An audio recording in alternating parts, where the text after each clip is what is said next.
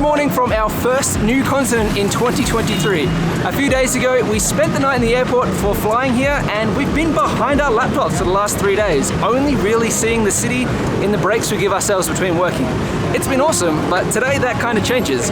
We are spending the entire day walking around, seeing the sights. We're going to walk through La Candelaria, but it all starts by summiting this mountain.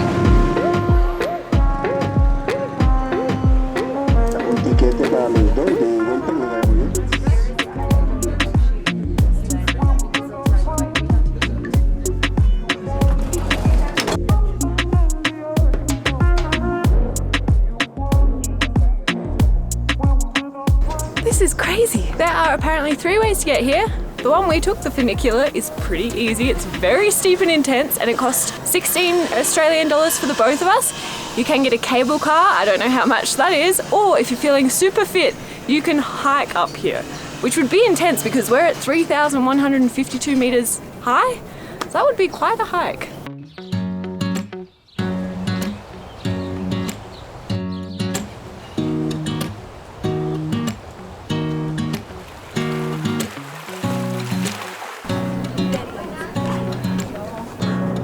We were not expecting there to be so much stuff up here. Restaurants, churches. It's really cool, and the views are just insane. Like, you have the green, foresty looking mountains in the background, and then just the city and it just expands so much further than I thought it would. This is crazy. It's more like a market, like with stores and then little food vendors. just surrounded by beautiful views. You could spend the day up here pretty easily. There are heaps of markets up here. So we're stopping for a coffee because look at this view. How can you say no to this? This is the first place pretty much since Sapa in Vietnam that I've genuinely been like, wow.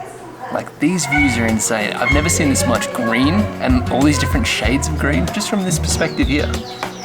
Such a good restaurant balcony bit. If you come here and you want to know which one this one is, you just keep walking all the way to the end. This is the last one. Also, this is going to be our first actual Colombian coffee. We've just been having instant stuff. Hi, buddy. Oh, you're so soft. You're the sweetest. Colombian coffee is amazing. It was because it was full of sugar. Ah, yeah. It's still really good. Wow.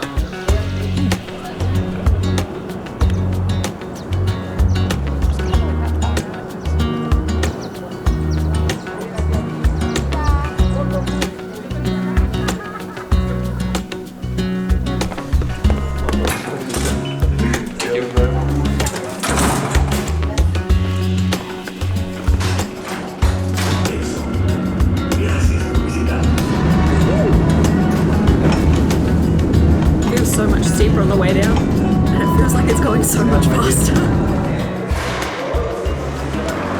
Wow, oh wow, did we get here at the right time. Come early in the morning if you want to do Monserrate, because look at this line now. We didn't wait at all to buy tickets.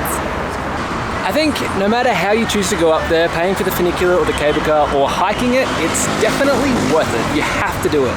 And what's really cool is that we had such a bird's eye view of the city. From here, we've got about a 10 or 15 minute walk to what's supposed to be the very, very first square of Bogotá, where it all kind of started.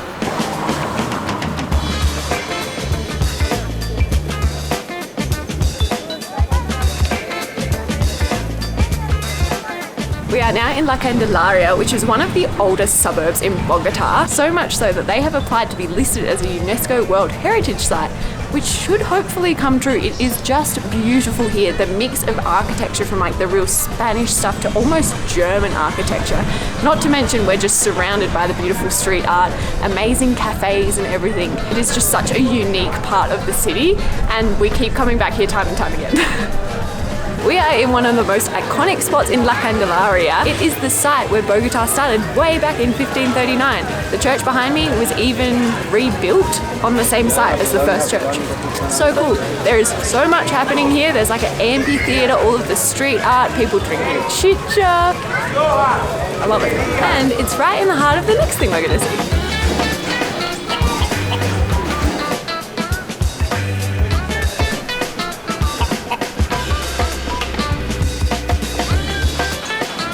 There is a lot of graffiti here in Bogota, and some of it is not very good to look at. But when you're in one of the most street art friendly countries in the entire world, you kind of have to take the good with the bad. And the good is definitely worth it. Bogota wasn't always that street art friendly and actually had a pretty dark past. In 2011, any street art and graffiti was considered completely illegal, and actually one day the police pursued someone who was graffitiing under an overpass, chased him down and ended up shooting him and killing him. He was a 16-year-old called Diego Becerra. There was effectively riots in the streets about this, understandably, and it played a big role in downgrading the street art and graffiti from a criminal offense to a violation and eventually to completely legal. The mayor did a complete 180 and was commissioning murals to be painted all around the city. They're some of the most beautiful things I've seen. And now the street art community here is so prolific and well known that they're getting international artists here to take their spot on the wall. It's really beautiful. This piece here is by someone called Mr. Garrick. He's very, very popular and incredibly talented. You can tell it's his, one, because he signed it, but two, they always have a glisten in the eyes, which is supposed to represent hope. He also owns a cafe in La Candelaria, which we might check out.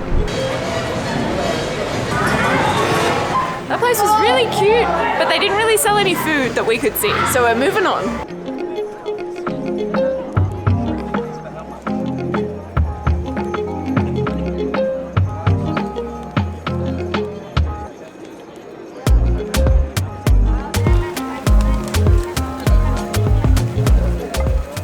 This is Plaza de Bolivar. If you don't know who that is, because we didn't either, it's named after Simon Bolivar, who was the guy who liberated Colombia, Venezuela, Ecuador, when it was all part of one big country of Colombia. It's also the guy whose sword you see in the first season of Narcos. And I've only just seen that first season on the plane here. It's made to be like the political government hub, so there's a bunch of government buildings all around, about 19 million pigeons. I think I've counted 8 alpacas, corn, different stalls with like sugar cane that you can drink. And at nighttime it looks very different. Also, if you're here at nighttime, a lot of the stalls start selling aromatica, which is like this alcoholic punch that reminds us a lot of glog. So it brings back all the Christmas feels. And so many llamas.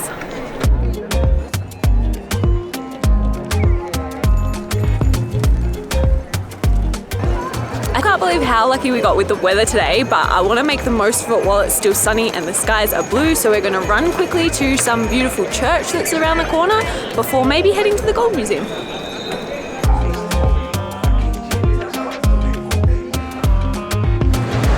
We do need to confess that we don't actually know too much about the church other than the tour we were on yesterday. Our guide pointed it out as something that is iconic and really beautiful, and he wasn't wrong.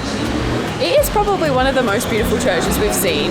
The like spirals and the detail on the spirals going up, the colours, the stripes, it's just so pretty. I think, again, we got so lucky with the weather because just with the blue background and the clouds moving past so quickly, it makes it even more pretty. And inside, the detail is just insane. But we felt a bit awkward because there's a service going on, so we quickly poked our heads in and left. Let's check out the museum. Okay. I'm confused, but I'm not going to question. We just came into the Gold Museum expecting to pay 5,000 cop each. We got in for free, which I don't know why, but I'm happy about it. The Gold Museum is definitely one of the most recommended things to do in Bogota, and I can 100% see why. The exhibition is amazing. One fun fact is like El Dorado, the whole city made of gold, isn't actually the truth. The truth is that there is a lake, I think 2 hours away from Bogota, and the natives used to hold ceremonies there, and they held no monetary value on gold. So when they held these ceremonies, they floated out and threw a bunch of golden emeralds into the lake. Apparently, when the Spanish came over, they figured this out and they started taking all of the gold out of the lake, which is very disappointing because all of that history is just gone. But now it is like banned. You're not allowed to go swimming in the lake and searching for gold. It's staying in there. Hungry? I'm starving. Tacos? Burritos? Sí. We actually came here yesterday and we loved it so much. We've come back, and I'm sure it's not going to be the last time we're in Bogota because this place is awesome. You can eat cheaper, you can get street eats that are quite cheap, but the quality here. Ooh. Burrito time. Absolutely delicious, as always, the same as it was yesterday. So good. kind of motivates me now to do the food tour, which I think we're probably going to do like tomorrow and just run around and try a bunch of different foods. I'm so excited. Colombia's the best. If you come here, get the birria burrito. It's the winner. Mi Spanish no bueno. You know what this looks like? There was this toy we had, me and my sister, when we were little, and you used to feed the baby and the grapes or the jelly on the spoon used to disappear, and that's what it looks like.